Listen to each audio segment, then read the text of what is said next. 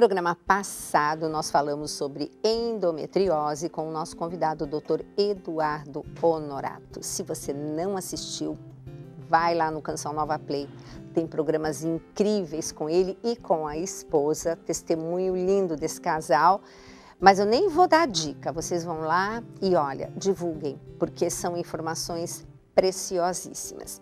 Então falamos de endometriose na pauta passada e hoje eu gostaria muito de falar sobre síndrome dos ovários policísticos, que são as duas características assim mais marcantes de mulheres que buscam muitas vezes o consultório e imagino que o seu também, não, doutor Eduardo?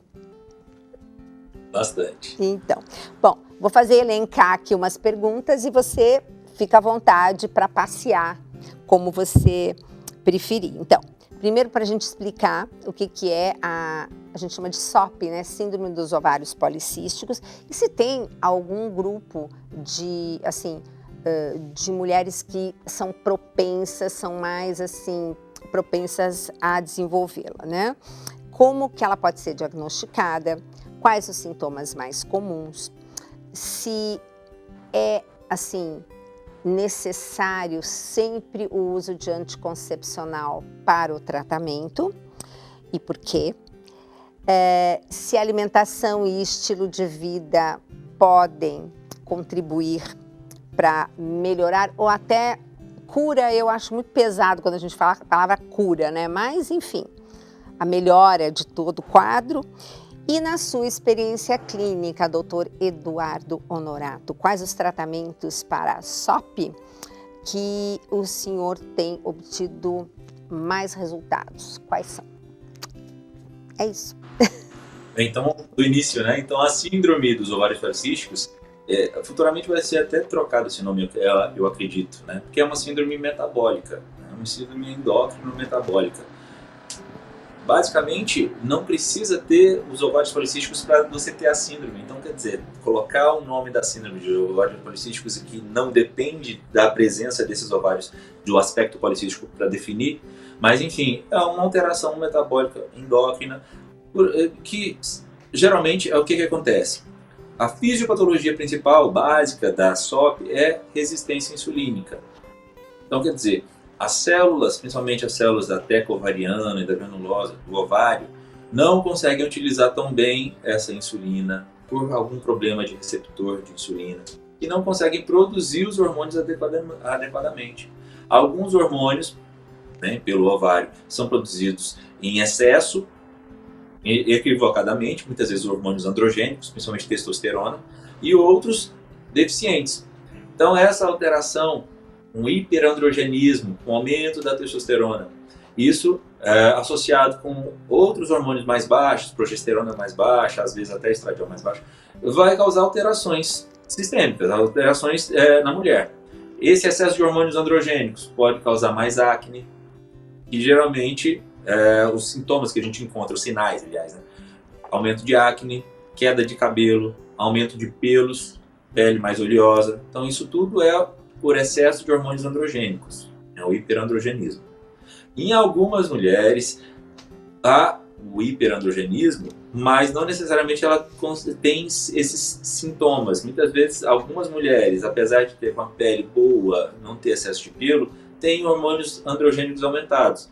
Então, para o diagnóstico, é preciso ter esse hormônio androgênico aumentado, tanto clinicamente ou laboratorialmente. Outro fator esse mau funcionamento ovariano geram vários cistos. Esses cistos são folículos que ficam imaturos, pequenos e em grande quantidade. Podem levar esse ovário a ficar aumentado de volume ou não. Às vezes pode ficar só com aspecto policístico, micropolicístico, né? Então muitos cistos pequenos que foram estimulados, mas são imaturos, não conseguem crescer. Okay. Além dessa alteração, pode ter irregularidade menstrual, ciclos longos ou anovulatórios. Então, temos 3 critérios de diagnóstico, mas para o diagnóstico precisa só 2. Não importa quais, pode ser uma troca entre eles, mas precisa hiperandrogenismo, clínico ou laboratorial, aspecto micropolicístico nos ovários, ou às vezes só aumento volumétrico dos ovários, não precisa ser dos dois, basta um. E ciclos longos, mais de 35 dias. E como que tratamos isso, doutor Eduardo? Quando chega essa paciente jovem... Primeiro, por que todo mundo... tem que tomar anticoncepcional. Né? Eu tomo anticoncepcional... Porque o anticoncepcional, ele vai diminuir a testosterona, vai diminuir os hormônios androgênicos. Então, diminuindo os hormônios androgênicos, vai melhorar a acne, vai melhorar a queda de cabelo, aumento de pelo, vai melhorar a pele oleosa. Então, quer dizer, são sintomas que incomodam a mulher. Uhum. E como podemos diminuir esses hormônios sem ser através de pílulas anticoncepcionais? Esse hormônio anticoncepcional, esse hormônio artificial, ele vai amenizar esse excesso, mas não vai interromper a produção alterada. A mulher vai ficar dependente desse anticoncepcional a vida inteira. Ao passo que ela interromper o uso, esse hormônio vai aumentar, porque o problema é no ovário, que não está conseguindo utilizar tão bem a glicose, por problemas de receptores de insulina. Então, quer dizer, o foco no tratamento é na resistência insulínica. Depois que você resolve a resistência insulínica, aí sim você tem uma produção hormonal adequada. Então, o que tem que ser tratado é a resistência insulínica e não o hiperandrogenismo, de fato. Isso é secundário. E você consegue diminuir esse hiperandrogenismo cuidando da resistência insulínica. Pode ser utilizado sensibilizadores de insulina, como metformina, milnocitol, coenzima Q10, N-acetilcisteína. E também pode associar com outros, diminuem os hormônios androgênicos, até alguns naturais, como só palmeto, resveratrol, até a espironolactona também pode ser utilizada. E além disso, a atividade física e a alimentação são fundamentais. Eu digo, tem um tripé do tratamento. O tripé é atividade física separada, tipo isolada. Dieta também isolada. E o terceiro, as medicações. Então, a dieta é fundamental.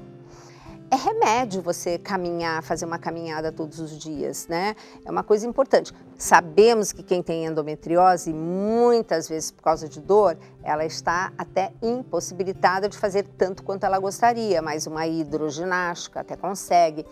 Mas realmente esses pilares são fundamentais, né? Então, por isso que é gostoso, né? Então, para o paciente que quer um tratamento rápido, enfim, realmente eu não gosto de falar cura. Você pode ter um controle. Sim, né? perfeito. Cura, de fato, não, porque a predisposição da resistência insulínica vai sempre estar presente. A paciente pode adequar o peso, fazer atividade física regular, usar as medicações, mas ao passo que ela interromper isso, voltar a ganhar peso e ficar sedentária, a resistência insulínica vai voltar e a alteração hormonal também vai retornar.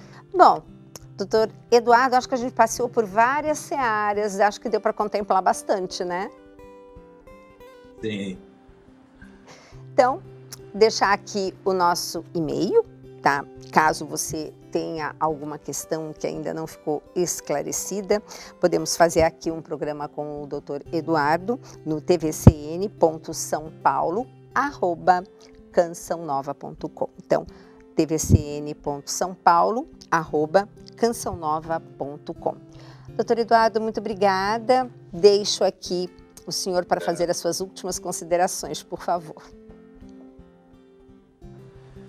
Então eu só peço, se você sofre de síndrome dos ovários policísticos e encontra só profissional que te oriente a usar anticoncepcional, você precisa estudar por si mesmo, você mesmo, ir atrás de alternativas e procurar profissionais que adotem outras alternativas. Então não adianta você só aceitar que o médico te oriente, usa o anticoncepcional. Tá, você tem que ir atrás de um tratamento que você considera mais adequado. Então você precisa estudar e procurar, enfim, médicos que estão capacitados para isso. Perfeito. Mas precisa tratar. Lógico. E às vezes é tão simples, né? Não é tão complicado assim, né? É só saber qual é o caminho das pedras e aqui o Mais Saúde tem essa função. Quero agradecer muito, viu, Eduardo, a sua participação. Você esclareceu, fez programas incríveis conosco, estão todos disponíveis ali no Canção Nova Play. e esperá-los para o próximo Mais Saúde.